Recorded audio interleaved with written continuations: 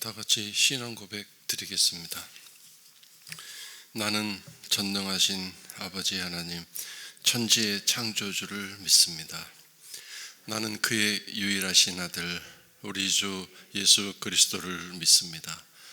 그는 성령으로 잉태되어 동정녀 마리아에게서 나시고 본디오 빌라도에게 고난을 받아 십자가에 못 박혀 죽으시고 장사된 지 사흘 만에 죽은 자 가운데서 다시 살아나셨으며 하늘에 오르시어 전능하신 아버지 하나님 우편에 앉아 계시다가 거기로부터 살아있는 자와 죽은 자를 심판하러 오십니다.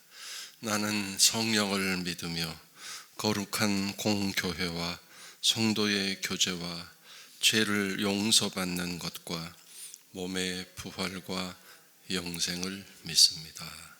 아멘. 오늘은 베드로후서 2장 1절부터 9절입니다. 그러나 백성 가운데 또한 거짓 선지자들이 일어났었나니 이와 같이 너희 중에도 거짓 선생들이 있으리라. 그들은 멸망하게 할 이단을 가만히 끌어들여 자기들을 사신 주를 부인하고 임박한 멸망을 스스로 취하는 자들이라.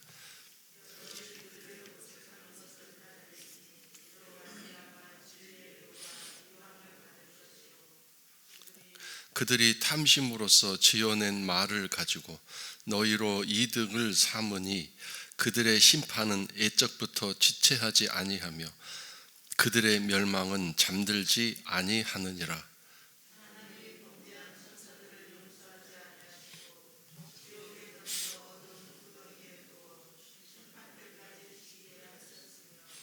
옛 세상을 용서하지 아니하시고 오직 의를 전파하는 노아와 그 7 식구를 보존하시고 경건하지 아니한 자들의 세상에 홍수를 내리셨으며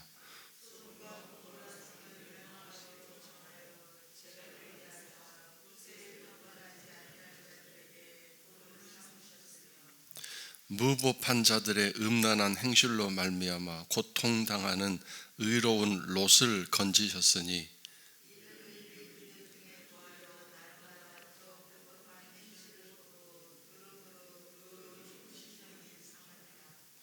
주께서 경건한 자는 시험에서 건지실 줄 아시고 불의한 자는 형벌 아래 두어 심판 날까지 지키시며.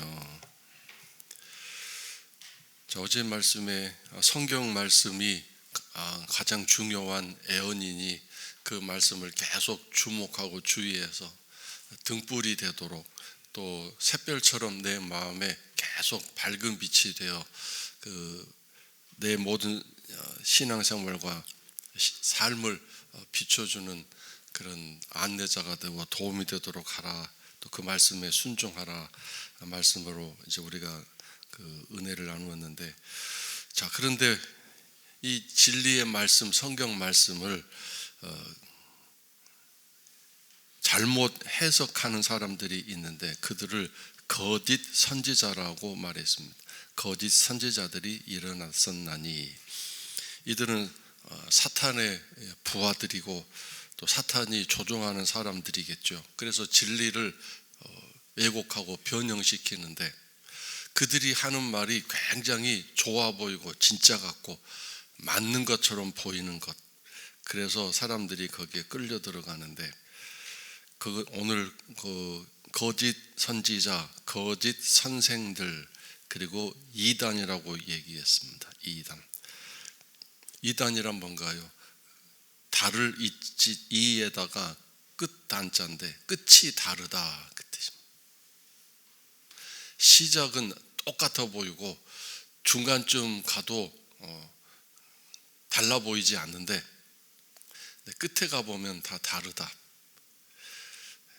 그러니 오늘 우리가 이 신앙생활에서 옳고 그름을 분별하고 판단한다는 게 참 쉽지 않습니다. 끝이 다르다라고 하는 말은 그들의 하는 주장들이 결국 마지막에 가면 뭐로 드러나느냐? 탐심, 그다음에 이득을 삼으며라고 3절에 나와 있습니다. 탐심. 말로는 뭐 하나님의 영광, 교회를 위해서라고 명분을 내세우지만 결국 마지막에 가서 보면 자기의 탐심에서, 사람의 탐심, 인간의 욕심에서 나오는 것이다. 어떤 욕심일까요? 결국 사람의 명예심 또는 남 위에 올라서고 싶어 하는 그런 권력 욕심, 또 자기의 유익을 취하는 이기심, 이런 것들로 되어진 가운데 나오는 것이고, 탐심으로서 지어낸 말을 가지고, 어제도 말씀을 드렸지만 예를 들어서 11조를 왜 바치느냐라고 하는 사람의 명분은 아주 그럴듯해 보이지만 결국 어떤 동기와 의도에서 나오는 겁니까? 11조 안 바치고 싶으니까, 바치기 싫으니까 그런 거죠. 탐심, 물질에 대한 욕심. 꼭 교회에 나가서 예배 드려야 되느냐라고 말하는 사람의 그 동기와 의도는 뭘까요? 숨겨진 동기와 의도는 편하고 싶으니까, 불편하고 싶지 않아서 편하게 신앙생활하고 싶은 육신적인 탐심. 그래서 이제 이렇게 거기서 만들어낸 말을 가지고 너희로 이득을 삼으니, 그래서 이제 이 말을 했는데 아무도 동의도 하지 않고 아무도 관심을 가지 않으면 창피해서, 부끄러워서, 또 힘이 없어서 사그라질 텐데, 거기에 동조하고 거기에 따라가고 찬성하는 사람들, 이 사람들이 있으니까 그들을 이제 배경 삼아서 더 목소리를 높이는데, 그 얘기에 따라가는 사람들은 결국 이 말을 주장한 사람의 이용거리밖에 안 되는 거죠. 이용. 도구가 되고 수단이 된 것입니다. 그래서 너희로 자신의 이익을 삼게 되는, 이게 참 어리석은 일이죠. 신천지를 따라간 사람들, 거기에 무슨 대단한 진리가 있는 것처럼 가게 됐는데, 결국은 그런 수많은 사람들을 이용해서 교주가 이익을 취하는, 그리고 거기 앞에서 일하는 지도자들이라고 하는 그 교주를 밑에서 떠받드는 그런 사람들의 이익이 되는, 이용거리밖에 안 되는. 옛날에 뭐 우리가 이제는 다 드러나서 이제서 분명히 알게 되지 않습니까? 뭐 전도관 박태선 씨라든가 신앙촌, 그런 사람들 전부 앵벌이 시키고, 통일교도 마찬가지인데, 그래서 껌 팔고 뭐 해가지고 그렇게 돈을 모아서 통일교 왕국을 세웠고,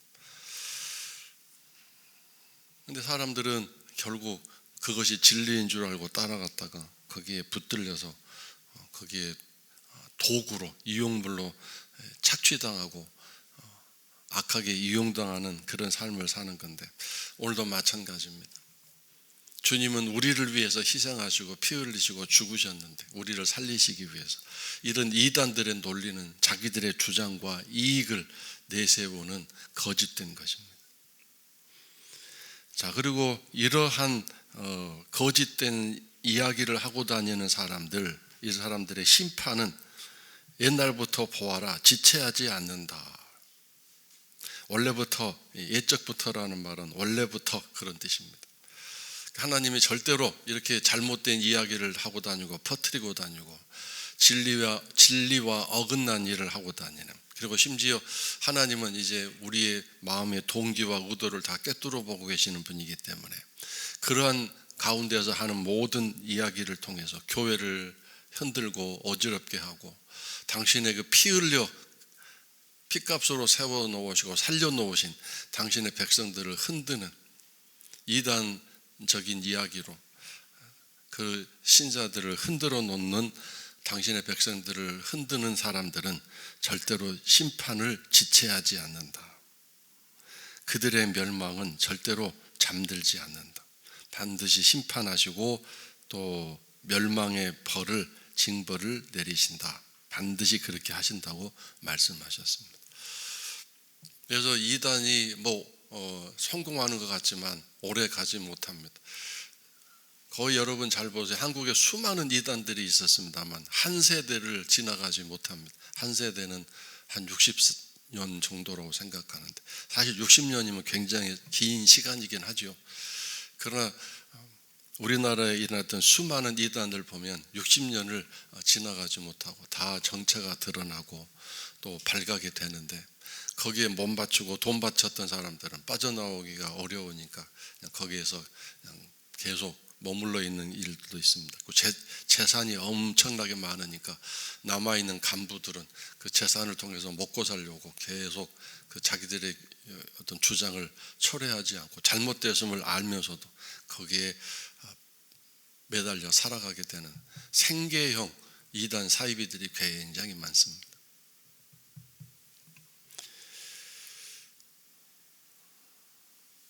자, 그 다음에 이렇게 거짓된 잘못된 논리를 가지고 교리를 가지고 이야기를 하고 다니는 사람들은 임박한 멸망을 스스로 취하는 자들이다. 선택하는 것이다. 임박한 멸망. 자, 그 다음에 이러한 모든 일의 핵심이 뭐냐면 자기들을 사신 주님을 부인하는 것이다. 특별히 이 베드로가 편지를 보낼 무렵에 가장 중요한 이단 사상 중에 하나가 예수님을 부인하는 일이었습니다. 예수님이 이 땅에 성육신 하신 일을 부인하고, 그 나사렛에서 태어난 예수는 사람이지 인간이 아니다. 조금 뛰어난 선생이고 좀 존경받을 만한 위인이었을 수 있지만 하나님의 아들이 아니다, 이렇게 주장하는 그런 이단들이 굉장히 많이 일어났습니다. 자기들을 사신, 핏값으로 사신. 자, 사셨다라는 말을 자 생각해 보세요. 사셨다라는 말은 대가를 지불하셨다. 돈을 주고 도로 다시 사오셨다. 즉 예수님이 십자가에서 피 흘려 죽으신 것은 사탄의 손아귀에 있는 우리들을 그냥 명령으로 권력으로 뺏어오실 수 없어요. 그것이 하나님의 법칙입니다. 하나님은 절대적으로 원리 원칙적이신 분이고 법대로 하시는 분이에요. 오늘날 세상은 권력이 있는 사람, 힘이 있는 사람은 법대로 안 하잖아요. 독재 국가 보세요. 거기에 무슨 법이 있어요? 독재자에게는 법이 필요 없잖아요. 자기 힘이 다 법이죠. 하나님이 자기 힘이 세다고 해서 사탄의 손아귀에 있는 당신의 백성들을 그냥 데려오고 빼어서 오실 수 없어요. 대가를 지불해야 돼요. 왜냐하면 당신이 만들어 오신 법 가운데 이렇게 말씀하셨기 때문에 죄의 대가는 사망이다, 그렇게 돼 있었거든요. 그러니까 사망의 권세를 가진 사탄이 우리가 죄를 짓게 되면 우리를 가져가요. 우리가 죄를 짓게 돼서 발각되면 경찰이나 검찰이 데려가듯이 영적인 세계에서 우리의 신분이 순식간에 바꿔지죠. 그래서 요한일서 3장 8절에 우리가 죄를 짓게 되면 우리의 소속이 사탄의 소속이 된다, 그렇게 되어 있어요. 우리는 죄를 짓게 되면 사탄의 소속이 속하게 되나니 그랬어요. 영적인 세계에서 일어나는 일이죠.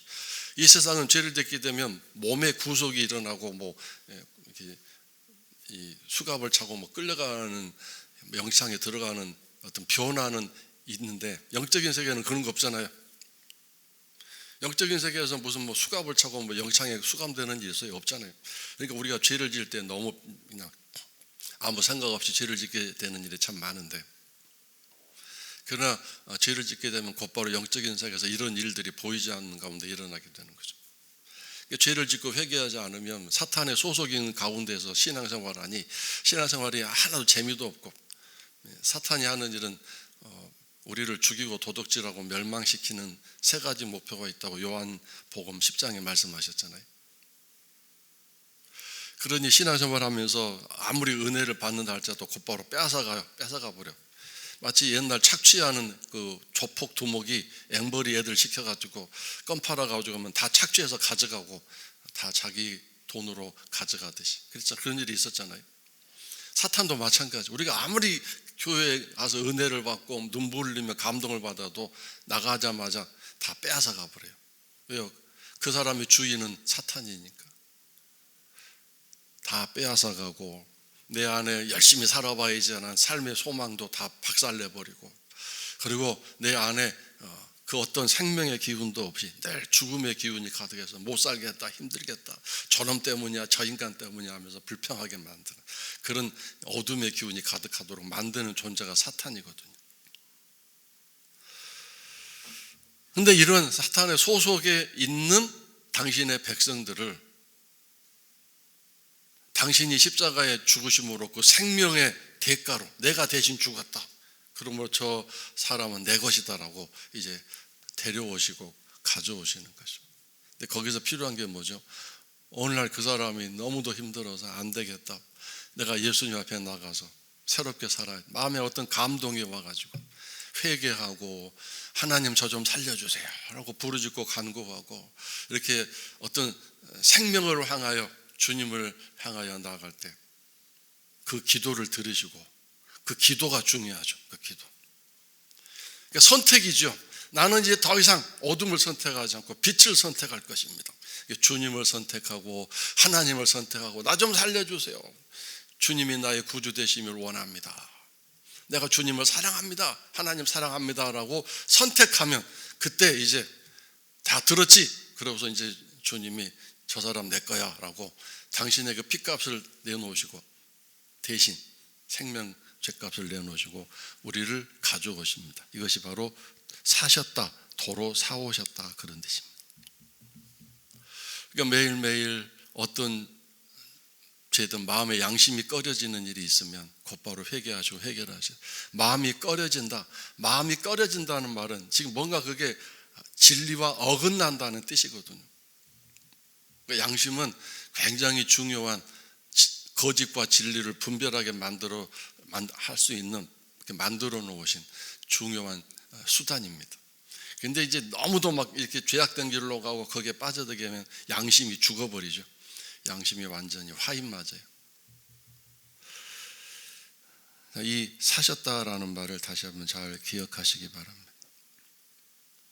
자, 그 다음에 4절에 하나님은 범죄한 천사들을 용서하지 아니하시고 루시퍼를 따라서 거기 동조해서 하나님에게 반란을 일으켰던 천사들 지옥에 던져 어두운 구덩이에 두고 심판, 마지막 예수님 재림하의 심판 때까지 거기에 넣어두고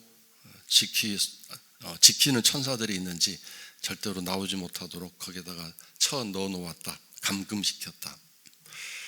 자, 그런데 이 말씀이 좀 어려운 게 지금 마귀들 또 귀신들은 특별히 여러분, 귀신은 사람이 죽어서, 악한 사람이 죽어서 떠돌아다니는 그런 영이라고 생각하지 마세요.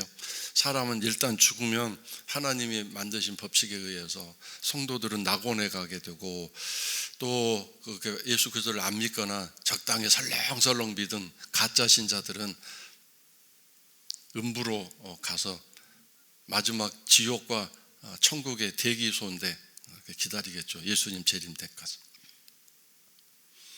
그래서 사람이 죽으면 절대로 뭐 이렇게 구천을 떠돌아다니는 악한 영이 되고 뭐 귀신 되고 그런 거 없습니다. 우리가 말하는 귀신이나 마귀는 전부 이 사탄의 부하들인데 타락한 천사들이 그렇게 되었죠. 그러면 여기 타락한 천사들을 저기 어두운 지옥에 던졌다고 하셨는데, 그럼 여기 지금 활동하고 있는 천사들이 뭔가?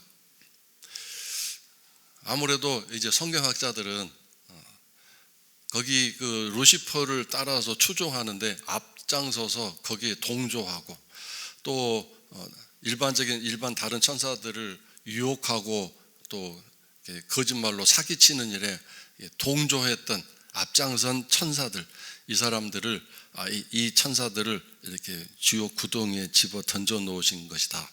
나머지 천사들은 사탄과 함께 이 땅으로 쫓겨났는데, 사탄을 왜 그렇게 하나님이 또 놔두셨는지 모르겠지만 하여튼 그 사탄과 나머지 일부 천사들이 이 땅에 내려와서 이 세상을 이렇게 어지럽게, 사탄의 그 주권하에서 어지럽게 만들고 있죠. 그래서 이 범죄한 천사들도 이렇게 하나님이 벌을 내리신 것처럼 당신의 말씀을, 말씀이 굉장히 중요하잖아요. 말씀. 이 말씀을 임의대로 해석하고 거짓말로 해석하고 또 무식해서 자기가 그것을 진짜로 알고 그 말씀을 그렇게 아는 것이 진짜 옳은 줄로 알고 그렇게 말하고 다니는 사람들, 이런 모든 진리와 말씀과 어긋난 말을 하고 행동을 하는 사람들은 심판을 절대로 거두시지 않는다, 그 뜻입니다. 그래서 이제 노아의 이야기, 소돔과 고모라의 이야기, 하나님이 이렇게 경건하지 않는 사람들, 말씀대로 살지 않는 사람은 벌을 내리고 심판을 내리지 않았느냐. 그래서 본을 삼으셨다, 모델을 삼으셨다.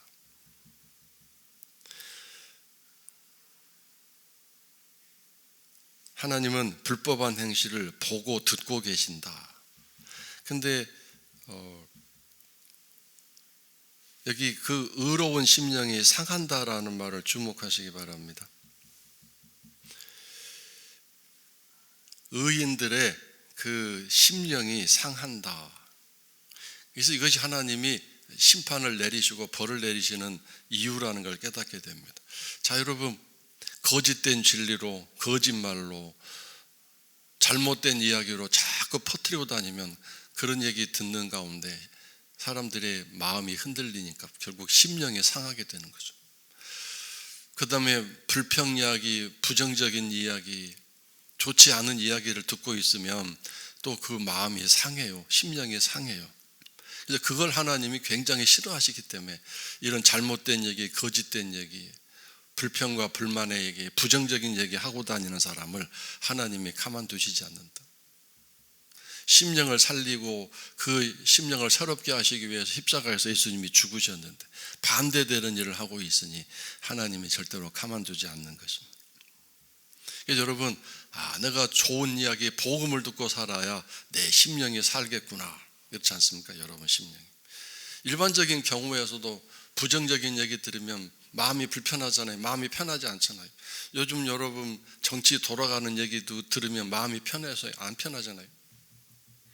경제가 막 어렵다는 얘기 들으면 당장 여러분 마음에 막 불편이 오잖아요. 그러니까 좋은 이야기는 삶에 소망을 주고 기쁨을 주지만 이렇게 어두운 이야기 들으면 당장 내 마음이 상하는 것처럼 영적인 세계에서도 마찬가지입니다. 진리의 말씀을 들으면 아무리 그 순간 마음이 찔리고 불편해도 그것은 절대로 우리를 병들게 하지는 않습니다. 우리를 찌르고 쪼개시는 말씀일지라도, 그것이 불편하고 그 순간 통증이 있을지라도 절대로 그 사람을 죽이거나 상처를 주고 병들게 하지는 않습니다. 살리는 말씀이기 때문에 그렇습니다. 여러분 병원 가서 막 수술을 받고 주사를 맞을 때 아프고 통증이 있지만 그것이 죽이는 거 아니잖아요. 그 통증과 아픔이 있지만 나를 살리는 그 과정이고 순간이기 때문에 참고 견디면 건강해지는 것처럼. 근데 악한 이야기, 어두운 이야기는 통증이 있으면서 결국 그것이 내 안에 속을 망치게 되고 속이 병들게 되지 않습니까? 내 마음의 상처, 분노, 혈기 이런 것들도 마찬가지죠. 그래서 하나님이 오늘 우리들에게 좋은 편지가 되고 향기가 되라고 말씀하셨잖아요. 다시 한번 보세요. 날마다 불법한 행실을 보고 듣는 것은 그 의로운 심령이 상하게 되는 일이다. 그래서 오늘 우리가 늘 좋은 이야기 듣고 복음 이야기를 듣고 보여주는 성도가 되고 볼 수 있는 성도가 되어야 되겠어요. 여러분, 불법한 행실, 자기는 적법한 이야기고 옳은 이야기고 맞는 이야기라고 하겠지만 그런 잘못된 이야기를 자꾸 들으면 어떤 일이 일어나요? 왜 이렇게 의로운 심령이 상해요? 그것이 바로 사탄이 활동할 수 있는 틈이 되고 줄이 되고 길이 되기 때문에요. 사탄이 무슨 복음, 진리의 길을 타고 와서 이래요? 진리와 복음의 길은 성령이 오시고 성령이 일하시는 통로죠. 그런데 거짓말, 옳지 않은 이야기, 맞지 않는 이야기를 하게 되면 거기에 뭐가 와요? 사탄이 틈을 타게 되는 것이고 귀신이, 마귀가 오는 통로가 되는 거죠. 그런 것을 통해서 오기 때문에 말하는 사람도 영이 계속 어두워지게 되고 듣는 사람도 그 순간 영이 막 뒤틀려지게 되는 거죠. 그래서 여러분, 누가 와서 부정적인 얘기하고 불평의 얘기를 하고 누구 험담하는 얘기하면 그만하세요, 스톱하고 듣지 마세요. 하나님 나라는 칭찬하고 격려하고 위로하는 그런 복음이지 불평과 불만은 아니잖아요. 그러니까 그런 얘기를 방치하고 내버려 두면 절대로 잘 될 턱이 없어요. 그래서 그런 얘기 자꾸 들으면 어떻게 돼요? 교회 나가기 싫고 뭐 누구 싫어지고 그렇잖아요. 부정적인 입장이 되잖아요. 하나님이 기뻐하시겠어요, 그것이? 그래서 여러분이 정말 늘 좋은 이야기, 복음, 격려와 위로, 칭찬, 그리고 좋지 않은 소문을 퍼뜨리거나 또 소문을 듣고 그냥 있는 그런 일이 되지 않도록, 보고 들음으로, 불법의 일들을 보고 들음으로 심령이 상한다, 이 말씀을 잘 기억하십시오. 주님은 끝까지 경건한 자, 경건이 뭐라고 그랬어요? 성령 충만한 삶, 영적인 사람 그랬어요. 영적인 사람. 경건이란 말은 주님, 제가 경건하게 원합니다. 영적으로 충만한 사람, 살아있는 사람, 성령 충만한 사람. 경건한 자는 시험에서 건지실 줄 아시고, 건지실 줄 알아라, 믿어라, 그런 뜻입니다. 끝까지 환난과 고통에서 참고 견디고. 그래서 여러분 보세요. 다윗이 그 고통 가운데서 절대로 사울을 한마디도 욕하지 않았잖아요. 사울에 대해서 쓴소리 안 했잖아요. 사울을 직접 만나서도 이 못된 놈, 나쁜 놈하고 욕 퍼붓지 않았어요. 나의 왕이시여, 나의 주인이시여 그랬지. 자기를 죽이려고 하는 사람, 악한 사람을 향해서 쓴소리 막말하지 않았어요. 그것은 다윗이 경건한 사람으로 자기를 지켜내는 사람이기 때문에, 내 안에 그런 것들이 들어오지 못하게 나를 지켜냈다. 마음이 심령이 상하지 않도록 지켜냈다. 기도와 말씀과 찬송으로. 그래서 이런 경건한 자는 하나님이 구원해 주신다. 불의한 자는 형벌 아래에 두어 심판날까지 계속되도록. 그러니까 여러분, 심판날이 뭔가요? 두 가지인데요. 한 가지는 예수님 재림 때예요. 그때서 이 사람 심판받게 될 겁니다. 두 번째는 그렇다고 해서 그 심판날까지 놔두시는 건 아니죠. 근데 물론 여러분, 어떤 사람 보면 악한 일을 하는데 10년, 20년 계속해요. 그래서 여러분, 이 땅에서 우리가 믿음을 가지고 살아가는 일이 얼마나 힘들고 어려운가를 다시 한번 깨닫습니다. 즉각적 심판을 내리면 하나님을 정말 두려워하기 때문에 그렇게 잘못된 일을 하지 않으려고 예를 쓰겠지만, 형벌 아래에 두어, 형벌이 이미 머리 위에 임박해는 있어요. 그러니까 삶이 절대로 편안하지 않고 행복하지는 않을 거예요. 뭔가 일이 자꾸 막힐 수도 있고 자녀들 삶에서 어려움은 있을 수 있겠죠. 형벌 아래에 있으니까. 그 분위기, 벌 받는 분위기 가운데 살아가니까. 그러나 심판날까지 계속 마지막 심판날까지 기다려야 되니 이게 어려운 일인 것입니다. 우리 모두는 은혜 아래에 살아가고 하나님의 그 평강과 통치와 다스림 안에 살아가는 성도가 되어야 되겠습니다. 물론 그렇다고 해서 당장 재벌이 되거나 문제가 완벽하게 해결되어서 날마다 1년 365일 푸른 초장 실만한 물가에 사는 건 아니죠. 어렵고 힘든 순간도 있고, 정말 하나님 나 버리신 것 같은 그런 고통스러운 순간도 있을 수 있겠지요. 그러나 우리가 보배로운 믿음을 가지고 살아간다면 반드시 하나님은 나의 아버지시고 살아계신 내 아버지이시기 때문에 은혜가 주어지는 순간순간이 있을 것이고, 그 은혜를 통해서 어렵고 힘든 길이지만 찬송하면서 걸어가게 하고, 저 하늘나라 소망을 가지고 견디고 감당하면서 살아가게 하고, 그 가운데서도 또 다른 사람에게 위로와 격려가 되는 빛과 소금의 삶을 살아갈 때 우리는 알게 되죠. 죽음에 임박한 날도 알려주시듯이 말씀하실 거예요. 너는 천국에 와서 받을 보상이 엄청나구나. 잘 견디고 잘 이겨내라. 내가 너와 함께한다.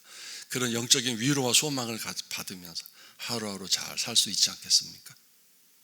그런 성도의 승리와 또 성도가 받을, 또 하나님의 자녀로서 받을 저 하늘나라의 상급을 바라보면서 오늘도 이 힘들고 어려운 이 신앙의 길을 묵묵히 잘 견디어 나가시는 우리 성도 여러분들 되시기를 주의 이름으로 축원합니다.